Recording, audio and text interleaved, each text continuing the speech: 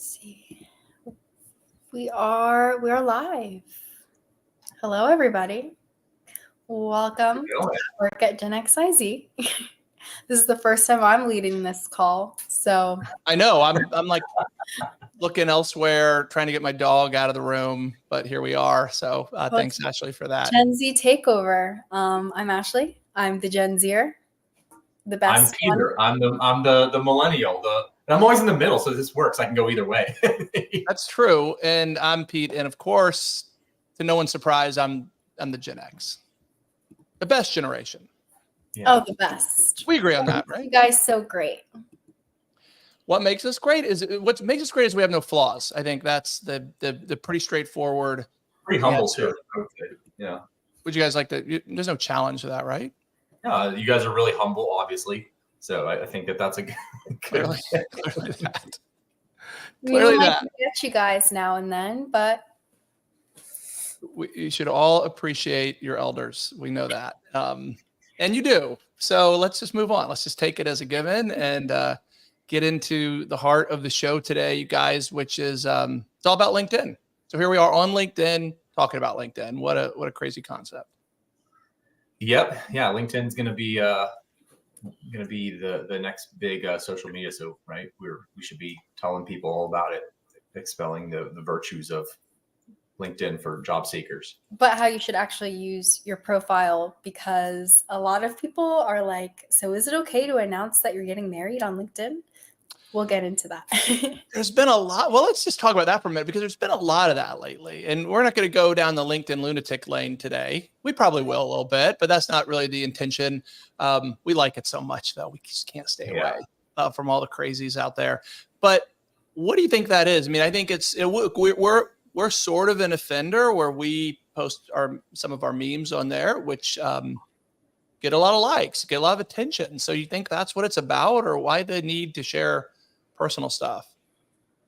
I mean, I think for most people, like their professional life and their personal life are blended. Particularly anyone who's working in like any sort of a networking or remote capacity where you're like working with people who aren't physically like, you're not in a trade where you only work with people like at your job site type of thing. So I think that that's getting blended, so it is a social media after all. LinkedIn encourages that kind of stuff. You got two camps, people that are like, I love it. And then people that are like, no, it should only be a resume. So do you think people started really showing their lives on LinkedIn after COVID due to like work from home and work-life balance getting mixed? I don't know what LinkedIn looked like before that, because I was still in college, but no, we definitely, there were still the influencers with the crazy stories. I remember like before COVID. Pete knows. Yes. Peter and I have our favorites. It goes way back. But so, no, I do think. Yeah, I think it's been more common for people to use it as a personal outlet to feel like they connect, because you connect with so many more people there. I mean, if I think of my Facebook connections, they're all friends, family, people I have a personal relationship with, even fewer on Instagram. But on LinkedIn, it's sort of like Twitter, where you're connected to just random people in many cases who you don't have a relationship with. So the numbers are much bigger. I mean, in some cases, tens of thousands and even more. So it's a great way, an easy way to connect if you don't have a lot of personal relationships. So maybe that has something to do. Yeah.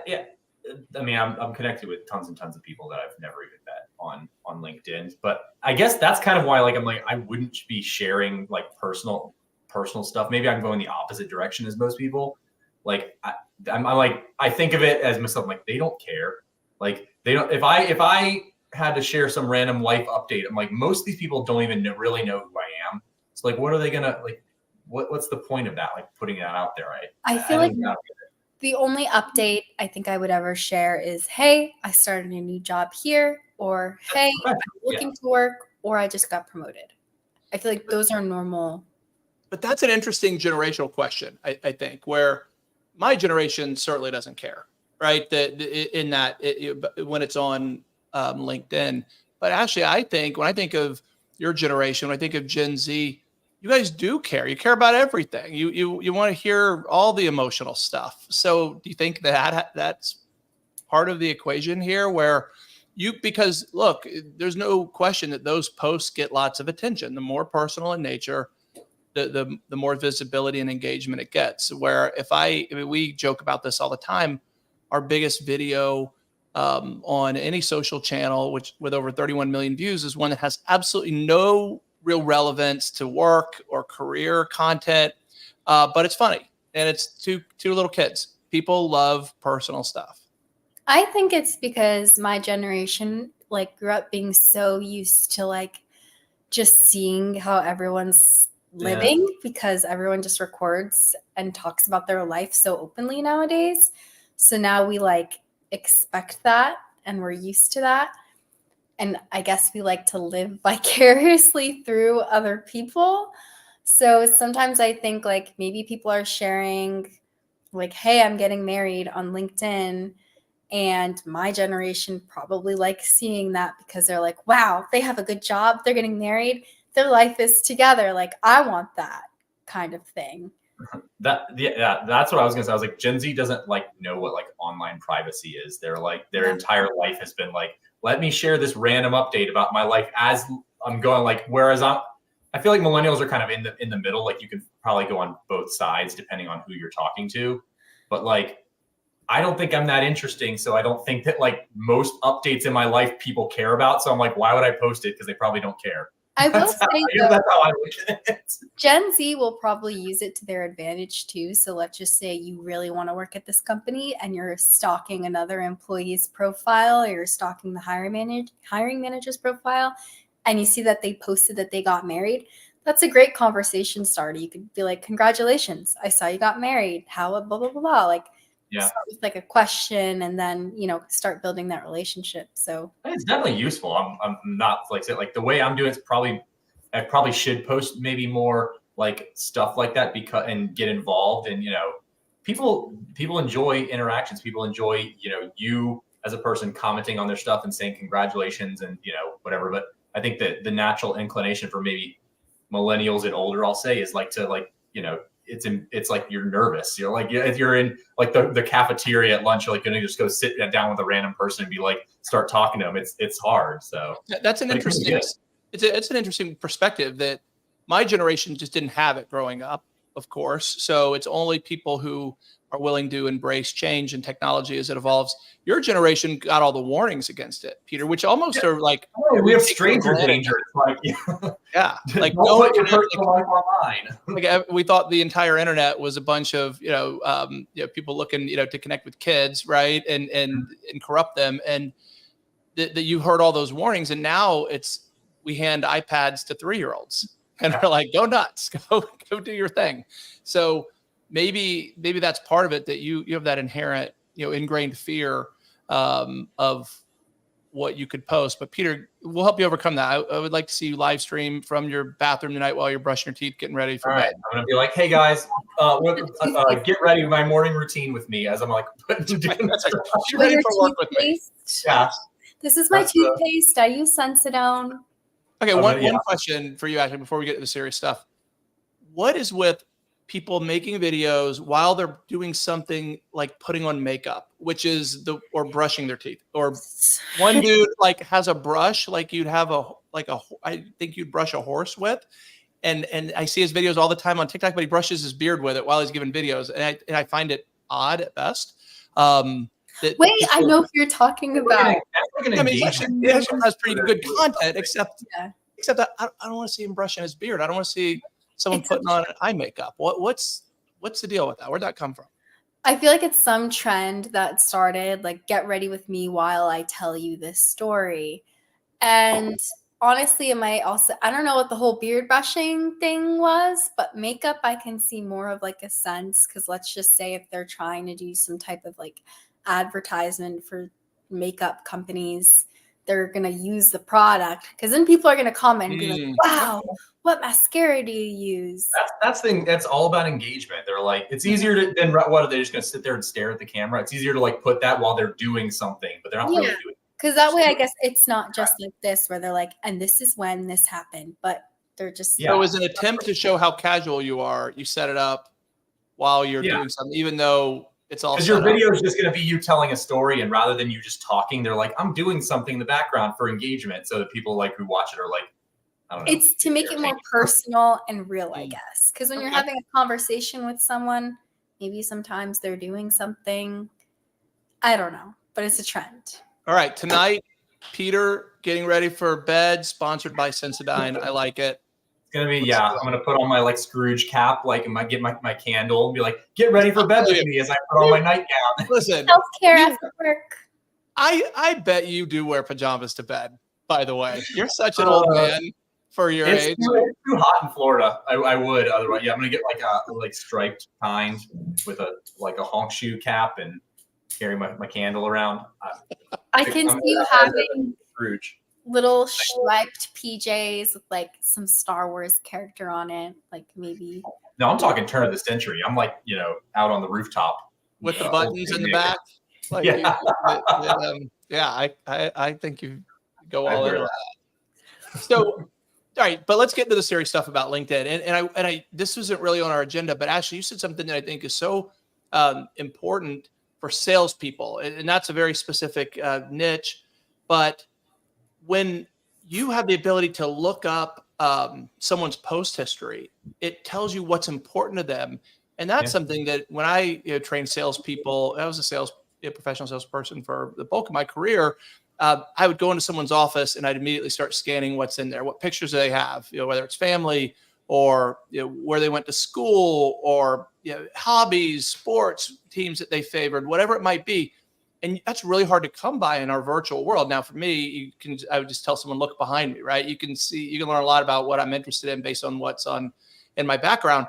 But that is a great way to use LinkedIn to connect with someone in a way that's personal to them. And I'm really glad you brought it up, because even though we were kind of laughing about stalking people, stalk people, right? Do it. Why wouldn't you? Stalk your hiring manager that's going to give you an interview if you want to know a little about them. And they're going to be like, oh, wow, they looked me up. That's kind of nice. So I know, like, in the past, I was like, let's see if they have anything that I can like relate to or talk to them about. And let's just say where they go to college. You can always pick something up like that. You can be like, oh, what made you choose that college? Or I have a family member that went there. Where they live. You could say, I have family living in Portugal. I see that you live in Portugal. Just kind of scanning their digital resume of some sorts and basically gathering any insights you get from that to help build that relationship when you get in that interview. Because I feel like it also helps you feel less stressed out going into it, because you kind of have an idea of what that person is like. That's why when you're creating a LinkedIn profile, it's really important that you do it the right way and that everything looks good. Yeah, we're breaking new ground here, telling show an interest in people that people like when you're interested in them. I feel like that's we obviously just discovered that and no one's ever thought of that ever. But and LinkedIn, LinkedIn is going to be LinkedIn could it. I like where we're getting at. Like that's a time honored thing. Like showing an interest in people, they enjoy that, and looking at it that way is actually it's good because it's saying rather than people just being like posting whatever, you're like, this is what they're interested in. Just ask them about it. Ask someone about it. And people like to talk about themselves. It's also nice putting a face to a name. So when I'm like, okay, I'm going to have an interview with Jane Doe. What does this person look like? Yeah. What are they like? I'm going to look them up. Let me get to know them as a person instead of just like, reading off of like sheet. Like I'm going to learn a little bit about him, ask a question like, oh, Pete, you ran marathons. Tell me about that. Like that already you got a connection there. You can talk like to I saw you volunteered at this food drive. Yeah. Right. Some people will give you everything if you look at their profile, some very little. And we talk about it a lot in the recruiting world where I encourage candidates to, if they have controversial things on their profile, which you should never do on LinkedIn, right? So let's just get that out there. Don't be political on LinkedIn. It won't serve you well. Don't do it unless you work in politics, right? That would be an exception because you will be pigeonholed and you're going to alienate half of your audience if you share your political opinions. So just don't do it. But people will. I tell candidates all the time, make your profiles private because recruiters will look. So if you are out partying and doing wild stuff, and you could say, and you'd be right, what I do in my time is my business, people are still going to look and they're going to form opinions on it. Whether you think they should or not is irrelevant. They will. So consider what you've posted if you're on the job market, not just on LinkedIn, but on all your social channels, because people will creep. They do it. Yeah. So be ready to, anything that people can find, be ready to talk about it in person. And if you're cool with that, then, you know, that's the level that you should keep out there. And it's 2024. If you don't think people are going to be creeping and stalking you, it's just naive. Well, there's this opinion, and this is a Gen Z thing, because I don't think anyone in my generation, I won't say that. Most people in my generation wouldn't say this, where if they don't like my opinion, or if they use that against me, that's not a place I'd want to work anyway. And that is it's moronic, right? I'm just going to say, because here's why. The person looking, let's say they work for AT&T, first company that popped in my mind. AT&T probably has close to 100,000 employees, right? Maybe more, but tens of thousands at least. The recruiter who's looking at your resume is not representative of AT&T as a company. It's just one person with one opinion, trying to do their job the best they can, and they're screening to try to find the best possible candidate, and they're going to rule out ones that look like a risk. And it is as simple as that. And even if they have follow one political ideology, they're not going to rule you out based on agreeing or disagreeing with them. They're probably going to rule you out as a risk to the business who's extreme, and no company wants that. So just know that as idealistic as you may be, don't be naive and say, well, if this person doesn't like that I have this view, that's not representative of the organization as a whole. Far from it. Never has been, never will be. That's a good point. Looking at it as a risk thing, like you want to portray yourself as like stable and non-risky. Like you don't want to be a risk because they've got to like recommend you to, whatever job the recruiter, the hiring manager would recruit, whatever. So they're going to want you to be as much of a sure thing as possible. So yeah, don't be risky. It's your first impression, basically. That's it. And not to beat up on the young lady who posted herself being terminated. She did it. She got lots of likes, lots of attention, but it's going to limit her professional opportunities, at least for the foreseeable future. There's no question about it. So again, you can say, well, I don't want to go work for a company who will hold that against me. It's not the company. It's just an individual who's making a decision based on the information they have at their disposal. And if they see you, they're trying to shoot in the middle, right? Keep in the middle. I don't want anyone who's extreme one way or the other. So don't take a stance socially if you have to rely on others for income and employment. Maybe that's the best way I can phrase it. Well, we've come back around to the millennials of keep your life private online. It's gonna do you well by doing that. So I think that I tell all the Gen Zs that I know, like, just don't, like, if in doubt, don't post it. Like, you don't need to, unless you like some need validation, but like find it elsewhere. Like, or especially make all your accounts private during your job search, right? Yeah. If you're a lunatic online, let them see you're a lunatic after you've been hired. That'll go much better for you. Yeah. Well, speaking of, what should they post on their LinkedIn, since that's what we're supposed to be talking about? Well, let's start at the top, right? And this is something that new grads in particular need to pay attention to, and that's your photo. That's your first introduction to the professional world. First thing people are going to see. It's right there at the top of your LinkedIn profile. Put a professional photo, not necessarily taken professionally, but a professional appearance. Yeah, I hate, and I know it's not necessarily bad, but I hate it when I see people with like low quality, low light selfies that just aren't good. And that's not even like, I've seen people who've done selfies, but it's like clearly like they posed it and it's like came out really good and it goes with their whole vibe. And I get that, and that's really good. But just take a second look, and like, you should care about it. My LinkedIn photo wasn't a professional one, but I had like a friend with a good camera take it in front of like just like a blank wall, so it comes out and looks like semi like a headshot. That's what you want.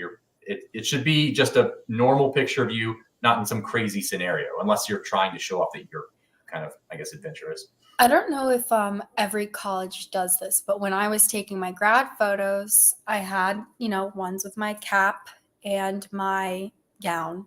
Yep. And then they actually gave us the chance to take some professional headshots. So underneath, we had to have like professional attire.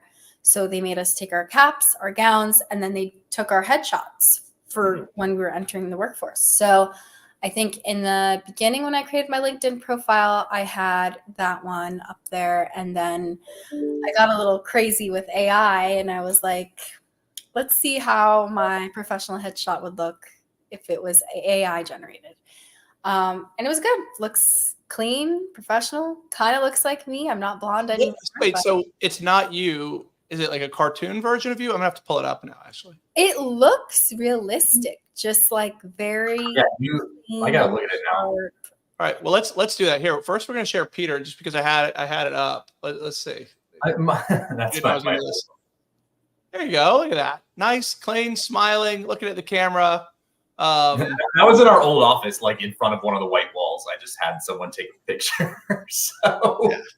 But yeah, I mean, that's what I'm saying. Like, that wasn't a professional photo. I was like, I wanted a normal, good lighting, just photo. So. All right, Ashley, you're on the spot. Let's see this AI, which I can't even. Wait, what makes this AI? Hold on, let me share. Yeah, I was like, wait, it looks like a normal photo of you. This is terrible audio for anyone listening, but shame on you for not watching us. Let's see. That's AI. Like, I guess, yeah. I guess. That's AI. So that's not even like based on an actual picture of you? That's like so what I did was I had a picture of my face and I was wearing like a pink blazer, and then AI copied the pink blazer and my face and kind of my hair and just created a headshot of some sorts. That's kind of cool. Mm-hmm. All right, to be fair, I shared mine. Now we're even, so you guys can't get accused. So you got like Olin Mills, like marbled background. Okay, so that was at a conference actually where they were taking pictures for LinkedIn profiles, and that does look a little dated. I think I need to change it because it does look literally like Gen Z has the AI, Gen X has the outdated, and millennials are just. Mine was just a normal one on the camera. He's just smiling. Okay, so this is so off topic, but I was watching a movie last night. I think it is A Million Ways to Die in the West. Is that what it was called? It was Seth Farlane. Is that his name? Yeah, I don't think I've seen it, but yes, that's A Million Ways to Die in the West. Well, so this was set in old Western times, but they had photos that they were looking through. The guy's girlfriend broke up with him, and they were showing those pictures, and they're just stoic, standing next to each other, not touching, not smiling. And they were like, "Wow, have you ever thought of smiling in a picture?" They're like, "No way, you'd look like a psycho if you did those old pictures." So anyway, times have changed a little bit, but yes, I do look like the Owen Mills. And now that you pointed that out, Peter, I have to change it. Ashley, do you even know what Owen Mills is? Is it that old? I'm Googling it. Okay, you're good. You need like the 70s aviators on top of it and like a thick mustache, and then it's like you're like semi head behind you, like looking off in the distance. That would actually be really funny. Said Owen, but you mean Olin? I said Olin. It's Olon. Olin Mills. Okay, so I didn't even know that. I thought it was Owen. Olin? it's like Olin Mills. Well, I'm pretty sure there was like a big photo of like my mom and her two brothers that got done in 1980, that hung at my grandma's house, and it had it in the bottom corner. Like the J.C. Penney's photos that you'd go in? Yeah, they're like a old J.C. Penney's background. Hold on. Oh, we lost Peter. See, new camera, day one. I think he's gonna give us the Olin Mills background. I think he's. I was trying. No, my AI camera just had to go rogue on it. I've got to change that. I've got to but women who were girls in their teens and 20s, my age, they all went to glamour shots. So I think you guys missed that window of wonderfulness. At the mall, you'd go and have glamour shots. They do your hair and you dress in things. Do you even know what that is, Ashley?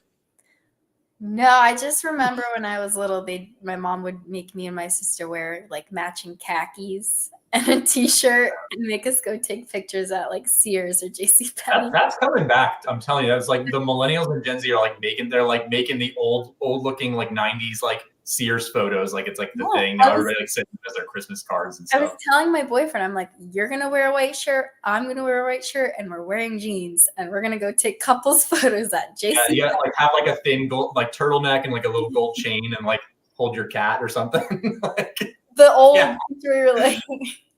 It is. Yeah, do that. Don't do that as your LinkedIn. Although I don't know, maybe people will think it's funny if that's what you're trying to go for. I have seen some. I will say the caveat to pictures. I've seen some people who do funny things like that, and it goes with their whole thing. So it's clearly thought out and it's clearly part of the thing. So I guess it just like put effort into it and show that you put effort into it. That's the biggest thing. Thank you for bringing us back to relevance. Thank you. Yeah, bring it back to what we were actually talking about. I mean, and I notice a lot of grads will have their graduation picture. I think that's a good look if you're sending the signal that you are a recent grad, and I'm a fan of that for sure. But once you're in the professional world, I think you need to change it, right? Like that's because I see people let that linger too long, and the only reason I don't like it is because people will assume you're a recent grad. They won't look past it. If I see you in your cap and gown, and I know I see some profiles where people have been in the workforce 5, 6, 7 years. They still have it. They like the picture. Great. But they'll see the picture before they read the words, and they'll move on and won't see you as the experienced professional you may be. So that's just a little side note. It's just recruiters. 6 months from graduation. You want that whenever you want to be seen as a student or a new grad. Scan, right? That they look at headlines, and that is maybe this is worth talking about just for a moment. I think of LinkedIn as a public resume.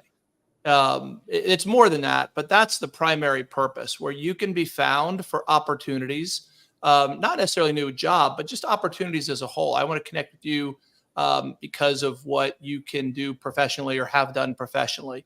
And so that's why I don't like it. But what other purpose is there for LinkedIn that you guys would place importance on? I'd say connecting with people, seeing where people work, who you can reach out to. Maybe if you're not looking for a job right now and you need to in the future, it's good to have this person in your list of networks or connections just in case.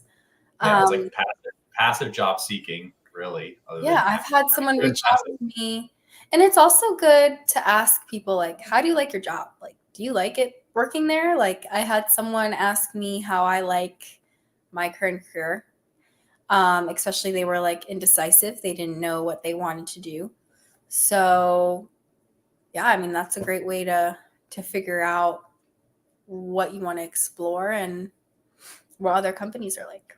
And that's such an important thing to acknowledge, that I view LinkedIn as a place to be found. Like, that's your goal. Not, yes, you can find other people, but when I think of maximizing LinkedIn, it's to maximize your exposure and being found for whatever opportunities you're interested in. So that kind of naturally leads us to the next section, which is your headline. And that is, in my opinion, where you should describe who you are professionally and what you're all about and why someone would be interested in connecting with you.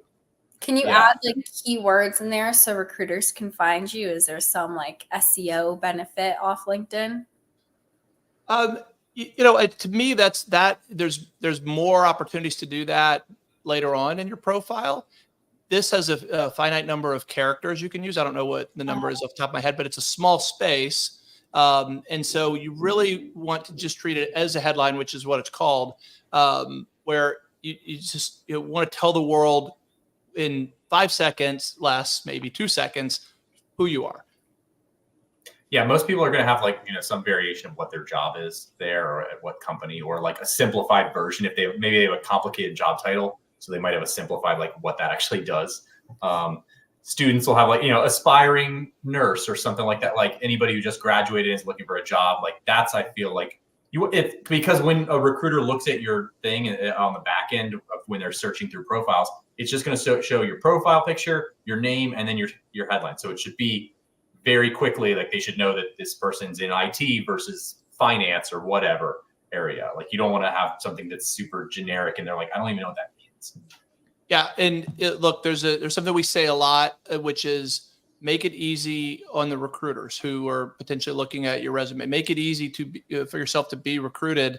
So spell that out plainly. I really like for new grads to say they're a recent grad, 2024 graduate with X degree, looking for ABC job. That just makes it super easy for people to know whether they should continue, right? Because that's what the purpose of the headline is. I'm going to read it. I'm going to make a quick opinion to go further or go past. And you want them to go further, but you also don't want people to go further for the wrong reason. So that's also important. If you're in IT, you want to say you let the viewer know you're in IT. So use all of those characters in the most efficient way. Yep. Yeah. That's your chance to say, not even a full sentence, just that's where you can write your, title, I guess, for your profile. Now you can be creative, right? You can, you always have to think of being your own cheerleader on these things, because that's it too. So LinkedIn is not necessarily a place to brag, although a lot of people do that, but it's also not a place to be too modest either. You want to put your best foot forward. You want to toot your own horn, so to speak. So, make sure that you are writing your headline like a marketer, because you're selling yourself for whatever it is that you want out of LinkedIn. Yep. I agree with that. All right. So here's a question, opinion. Two different sides of this. We've probably talked about it before. The green open to work banner. What do you guys think about that? The controversial open to work banner. I think it's a good way for recruiters to be like, let me reach out to them. They're open to work, because I've had a recruiter reach out to me and I'm already working and I don't need another job at the moment. But I know other people that have the open to work banners that do need a job, so they should be reaching out to them. So Ashley, wouldn't you want to be contacted at any time for your next great opportunity? Yes. Okay, let me entice you a little bit more. I have a job that pays $1 million a day and it's virtual and you really don't have to do a whole lot. And man, I need someone who speaks Portuguese and lives in Tampa. If only I could find that person. But they've indicated on their LinkedIn profile they don't want to be contacted. That stinks for you, Ashley. So, yeah, I mean, is there like an option on LinkedIn where you could be like, don't contact me? Well, yeah, I mean, you can close your LinkedIn profile down. You can make it private so people can't find you. And so this is an important distinction, though. The green open to work banner that you see on the profile picture is a public signal that you're looking, right? It's like holding a sign, but there's a checkbox, so to speak, that you can put on your profile that only people with LinkedIn recruiter seats or recruiter licenses can see that you're open to work. So you'll show up in your search. So little pro tip there. If you are discreetly looking for a job, that's what you need to check. Now, Peter, what say you about the open to work banner? I mean, I don't think people are putting open to work if they're at a company, because that's a weird look. If you're like working actively at a job and you're like, but I'm willing to leave. So generally, I mean, for recruiters, they're going to look at that and they're going to say, okay, this person isn't working right now. They're unemployed. Either they've been laid off, that it's a legitimate reason, or for whatever reason. So there is some that, I mean, I'm not going to pretend like there isn't some stigma among some recruiters that they're like, why aren't they working? Like, I would rather have to steal someone from a job who I know is, good. I think it's becoming more prevalent that like in industries like tech, where there's been like huge layoffs, like, so I'll see people who have that on there and, it helps them. So I guess I'm neutral, because I can see both sides of it. I'm not going to pretend like it's all like sunshine and rainbows and that nobody cares about it. Like, there is a little bit of a stigma around it, just because it's generally people who aren't working, and recruiters generally want to work with. They're like, if you're a good candidate, you are going to either be in talks with someone or you're going to, be working. Even the best candidates, if you get laid off, they're going to have a job real soon, right after. So I could argue either side of it. I have argued both sides of it. Here's my kind of pro and con consideration, or both, that if you have it, then people who aren't recruiters will think of you for opportunities, right? Wow, Ashley's looking for a job. I didn't know that. She may be a good fit for this position I know about, or I might want to refer her to whatever because I like Ashley and I want to do her a favor. It opens those opportunities up to you for non-recruiters. But to your point about the stigma, it's valid, and it's not about whether recruiters should or shouldn't have that opinion. We know that some do. And because of that, you're limiting, opportunities unnecessarily, right? And so whether it's not about should, right? As my accountant always says, you don't want to should all over yourself. So don't worry about that word. We know it's real and we know that it's limiting. So consider that. Is your network such that they'll see you, that you're open and want to refer you to things? Is that worth limiting yourself from some recruiters moving past because they have that bias against it? I could argue either way. And I don't think there's a perfect answer. Yep. I think it depends on the situation. So. All right. So your headline, did we cover everything we needed on that? It's a really important thing to start with. Get it right, get your picture right, get your headline right.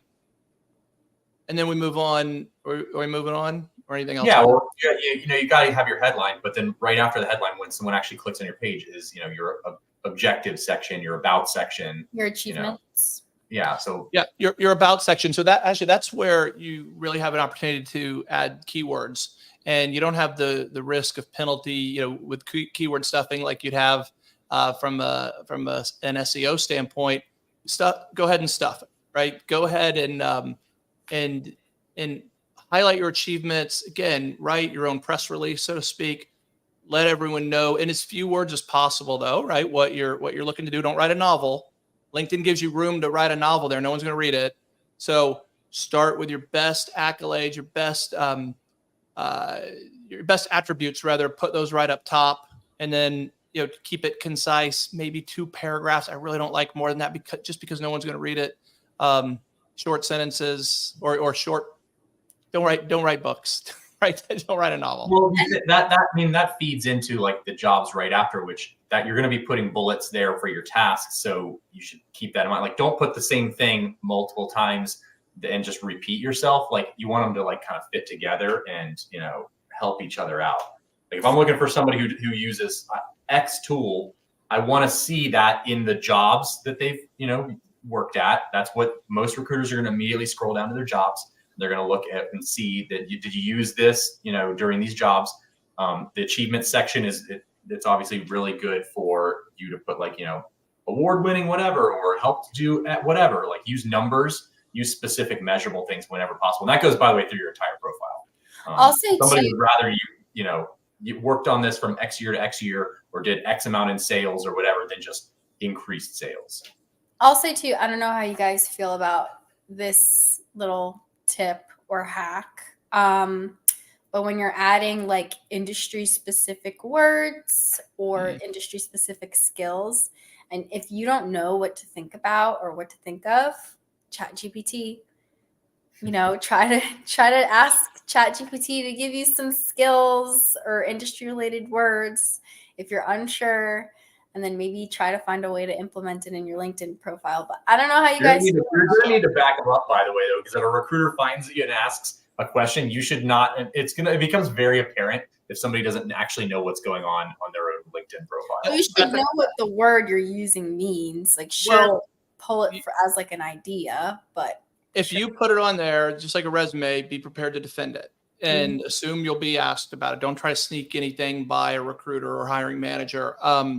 And to Peter's point, if you're having to look it up on ChatGPT, it probably shouldn't be on your resume or which is your LinkedIn profile, right? I use those interchangeably sometimes. I think of a LinkedIn profile as what I refer to as a master resume, where if you are sending your resume to a specific job opening, you should tailor that to use words and phrases, to your point here, maybe Ashley, that are on the job description, right? That are relevant to that company and that specific job. But generically, you do want to shoot in the middle again, and not put yourself in too much of a corner on your LinkedIn profile. So that's pretty important.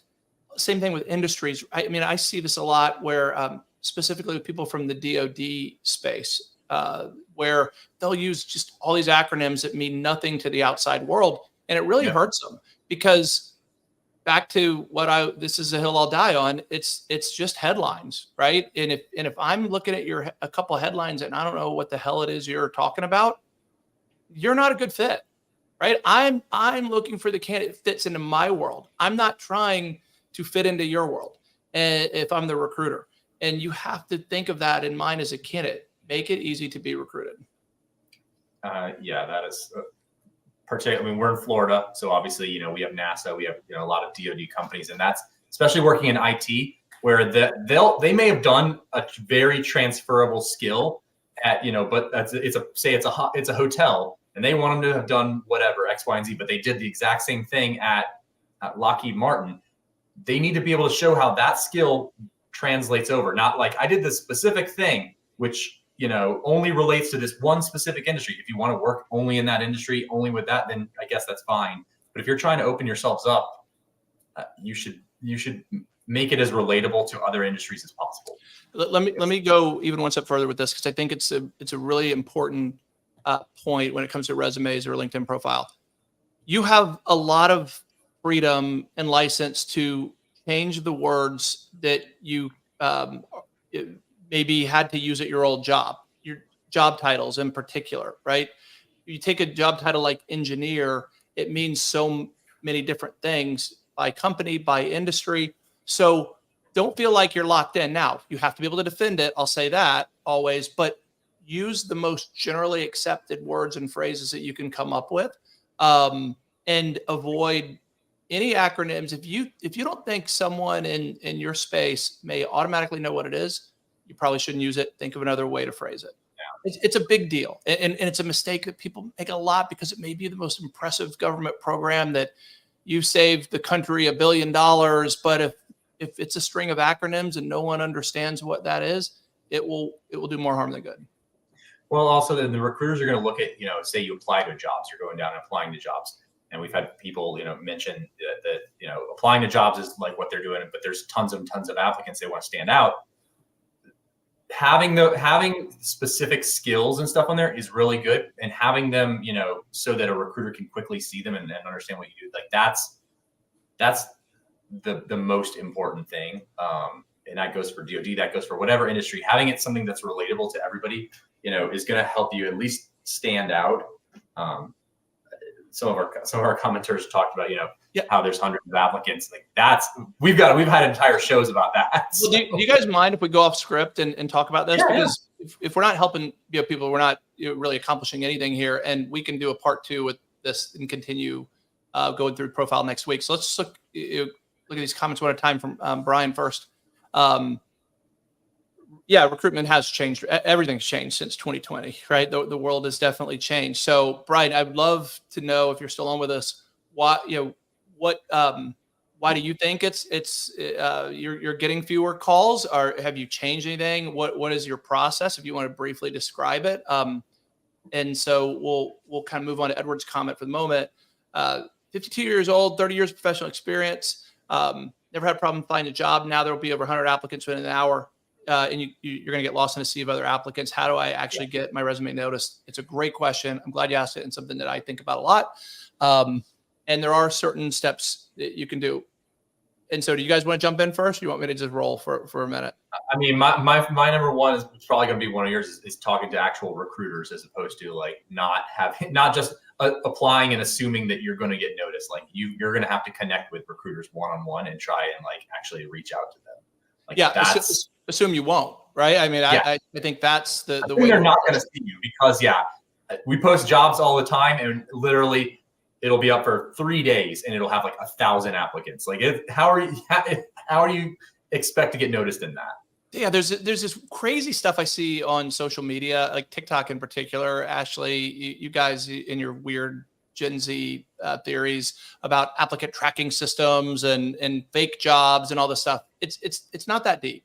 Here's the way recruiters work. They are motivated to spend as little time as possible to find the best possible candidate for any opening. So if you come across that candidate with the first contact you make, you're good. That's it. Job, mission accomplished. You don't keep going on to candidate number 2. Now, is it courteous? Is it kind and decent to let the people know the job is closed and that, to give them a heads up? Yes. But don't get distracted by that, right? That is not the issue for you as a candidate. Take matters into your own hands and be proactive. And what I mean by that is when you look at jobs in 2 different ways. This is kind of a general statement. The ones that you don't think you're fully qualified for, maybe you're qualified for, that are somewhat interesting to you and you might consider if you get an offer, and go ahead and do the one click apply, just like buying a lottery ticket. Maybe you get lucky and get pulled out of a pile, but as I said a few minutes ago, assume you won't. But then you have a different category of jobs. Those are ones that you're genuinely interested in. You are confident that you're a good fit for, that you really want to pursue, and do the things that other candidates won't do. Look up the company online, figure out who is hiring for it if you can. Sometime the name is in the job description.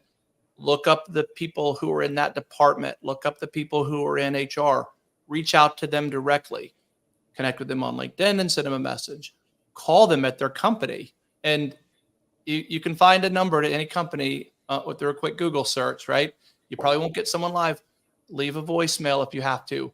If you can get an address, an email address, send them an email. If you can get a physical address, send them a handwritten note. That is I always prefer that because it separates you from everyone else.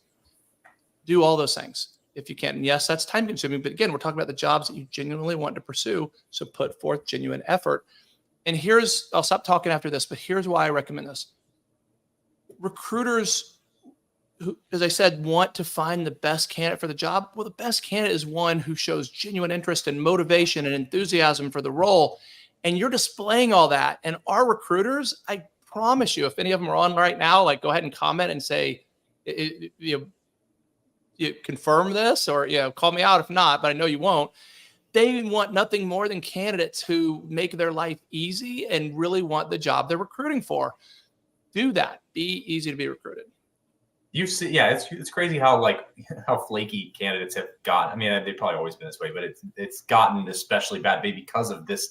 So showing that you're like a sure thing, and that you're somebody who's interested in the job, you're going to answer their phone calls, you're not going to ghost them and disappear and stop, responding to them. Like that goes a long way. If it's between, they've got a bunch of candidates and they're like, yeah, but this one is like showing like real, like, they're all equally qualified, but this one is the one that's showing the most eagerness and responds to all my stuff in a prompt manner. They're going to go with that. They're going to go with the one that makes their life easy and is the least risky. Go back to our talking about being risky. Always. Ashley, anything else on that? Or Peter, did I miss anything in my rambling?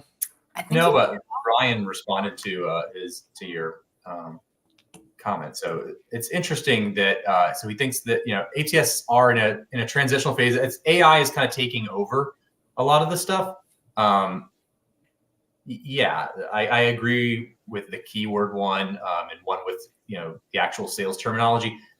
The problem is a lot of job descriptions are written by an HR manager that's been handed a series of what they need by the actual person who's going to be hiring. So anything that's truly really technical is going to get distilled down, and it's either going to be a job description that's not maybe 100% what is actually needed, or it's going to be kind of a dumbed down version, for lack of a better word. So yeah, I think that having your resume match the job description is great and is what's needed. But I think that you also need, that's where we've talked about maybe, doing cover letters and stuff like that. But having an about section where you can kind of talk in layman's terms about what you do, that's really beneficial, at least in the candidates I've talked to. Because a lot of times the recruiter or the HR manager that's calling you, they might not be that technical. So say you're in a technical role or you're in a specific role in a certain industry, they don't really know. They're just like, oh yeah, the manager gave me 10 bullet points, but actually all you really need is these 2. So let me illustrate that point from personal experience. In 1993, when I was hired by Aerotech as a technical recruiter right out of college, 2 weeks out of school, at 2 weeks of training, I was recruiting engineers with no clue what they actually did, and I was matching up keywords on a resume and as best as I could understand them to the job description, and I figured it out as I went.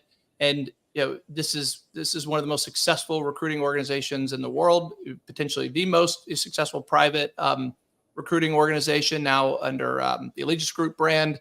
Aerotech was their only brand at the time, and that's how it was done. And that is still how it's done today. So it's not as much about the ATS as it, Peter, it's such an important point. It's about someone looking at a resume and just trying to connect dots. And you have to connect those dots for them if you want to give yourself the best chance of success. And so that's where it's imperative for those jobs you really are interested in to use keywords and phrases on your resume that match the keywords and phrases on the job description. So the recruiter can look and go, wow, this looks like a great fit. Why? Because the words are the same. That's it. It's not deeper than that. And you could say, well, recruiters are unqualified and they don't know what they're doing. Yep, you're right. But that is the system. And that's been the system for 30 plus years. So it's not about the ATS as much as it is about the human, but you got to get to the human, right? That's the catchy part. Yeah, the ATS is going to be a very superficial level of screening there. I mean, we work with our ATS system has tons of AI tools and stuff. At the end of the day, though, your resume has got to be scannable by a human recruiter who's going to look at it and say, okay, this looks good or this doesn't. ATS is only going to go so far. An ATS system is not going to auto disqualify you unless it's like some glaring thing that's like, this job's in California and do you live in California? No. Okay. Then it's probably going to have an issue with that. But if it's just stuff like skill wise, like, oh, you did this a little bit or this a little bit, it's going to be looked at by a human most times. Yeah. I mean, I'll say like my own experience. I was in a sea of other applicants and I made sure that I emphasized that I spoke Portuguese because the role needed a Portuguese speaker. I emphasized that I, had a marketing background because the role emphasized that you needed a marketing background. So I had both the Portuguese speaking skills and the marketing, which hit every criteria that they were looking for. I also made sure that I was using some words that they had included in their job description to make it easier for them and easier for myself. So it's almost like you learned from people who know what they're doing. But really, that is how you do it. It's a simple keyword search, and we can call it AI. It's not artificial intelligence. It's just matching, words and making percentages out of them, and in the ones that look like the closest match based on the number and frequency of words being used are at the top of the list. Obviously, you have to combine that with how quickly it went in. You have to be realistic about. And this sucks, right, as a candidate, but it's real, and you have to be real in this. You have to assess how big the candidate pool is going to be for the job, how unique your skills are, and then act accordingly. And there's too much to that statement to get into depth. I do want to say to Brian regarding exhaustion and having to fake enthusiasm, right, because you're not feeling it. You got to fake it. And I say that as a professional salesperson who's had to fake, put a smile on my face and bite my tongue and not always say what's on my mind or, always think of the job that I was there to do at the time and put my personal opinions aside. That's hard, but it's necessary. And I wish I had a better way to phrase it. But put your game face on whenever you have the opportunity, as best you can. And, I wish I had better words. Connecting with recruiters is the best way to, I guess, get around, because you can actually talk to a recruiter. Third-party recruiters work really well in this because they have kind of the inside track to hiring managers in a lot of cases, because they'll be motivated to talk to you, kind of get your story to like learn who you are, and they're going to put notes in their ATS system about you beyond just what your resume is. Say like, so while your resume may say 50 different things, they're going to say he did, majority this, blah, blah, looking at this, really open to whatever, that goes a long way, because good recruiters are going to take good notes. And you'll kind of get it as you talk to people on the phone. Who takes their job seriously and who's professional about it and everything. They're going to take good notes, and they're going to save your profile in whatever internal hot lists they have, so that if that position does come up, they're going to come back. Your name's going to come back up. Making those relationships. That's the way you network. Sorry, but this is something I really want to say. Sorry to jump in. Four Corner Resources, our company is the best staffing company in Central Florida, top rated independently, Forbes best recruiters in America. We have the best clients. We have the best recruiters, the best account managers. We are the best at what we do. Of course, I believe that. But I would tell my wife, my children, if they are looking for my best friend, if you're looking for a job, work with as many good recruiters as you can, because even the best has very small visibility into the market as a whole. So where do you go to find recruiters, to Peter's point, and build as many relationships as you can? There's a website called clearlyrated.com. It's where recruiting firms are independently rated by clients and candidates. There is the Forbes Best Recruiters in America list that just came out for 2024 about a month ago. And then there's the American Staffing Association, where anyone who's part of the ASA adheres to a certain level, certain standards and level of operation. And so you're not going to find a lot of bad staffing companies on the ASA list. So if you go to those three places and you reach out to those recruiters, ask to speak with a recruiter who operates in your space, whether it's marketing or finance, HR, whatever it is, and get connected and connect with all the good recruiters in your market or your industry if you're looking virtually, and let them be your agents working for you. And then last thing to add, I'll say, even if you have your eye on a specific company, even just going to that company's LinkedIn and seeing who's working there and maybe connecting with some of the employees and reaching out to them and kind of making yourself visible. I had someone recently do that, and they were like, can we hop on a call? I just want to tell you a little about myself, just in case I ever want to refer her to my company, because I know they're looking for people to hire. That's also another great way to put yourself out there, build a relationship. And then if they ever need someone to fill that position and it was already filled, they know who to reach out to. Recruiters and managers, they post all the time I'm connected to a lot of people on LinkedIn, and they're always posting, hey, I've got an opening over here. And it's not a job posting. It's like they posted a status on there. Does anybody know anyone? It's that. And I see that all the time. Not just recruiters. I see random managers I don't know, but I'm connected to at, say, Disney. We're in Central Florida. Hey, this person's team is opening, just sharing this for visibility. That's not a job opening that they're sharing half the time. It's literally just a status if anybody knows anyone. So those kinds of things, it's a much smaller pool that you're competing with. So being connected to those people and having those, virtual relationships is going to go a long way. Yeah. And they would much rather hear from candidates than recruiters, right? The people who can actually do the job than someone who can find someone to do the job. They don't want to hear from us, but we're the ones who are taking advantage of LinkedIn as an industry because, we're like roaches, right? We're everywhere. But anyone who has an opening, here's another statement that I don't think I've ever said on air, but I've said it a lot privately.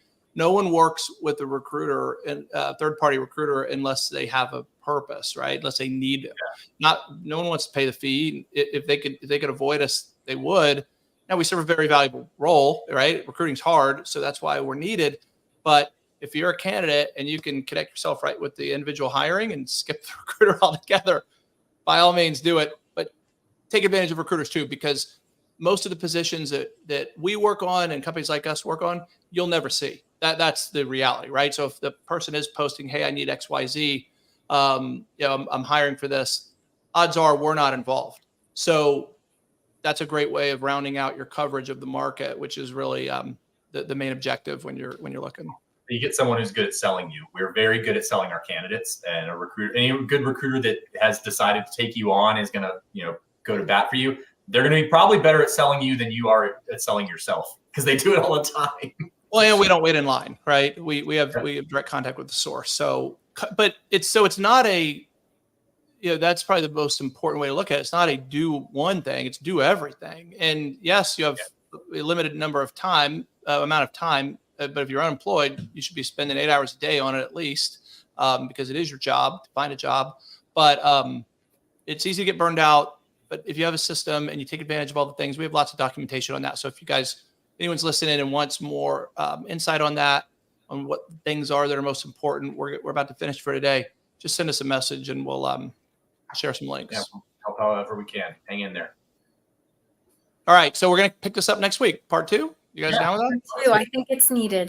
We got the header part. Now we'll talk about next week. We'll talk about the body and how to actually prioritize things on your actual jobs. In the meantime, look for Peter live streaming from his bathroom and his PJs tonight. And get ready with me. we will see. Get ready with me. All right. Until next time. Thanks, guys.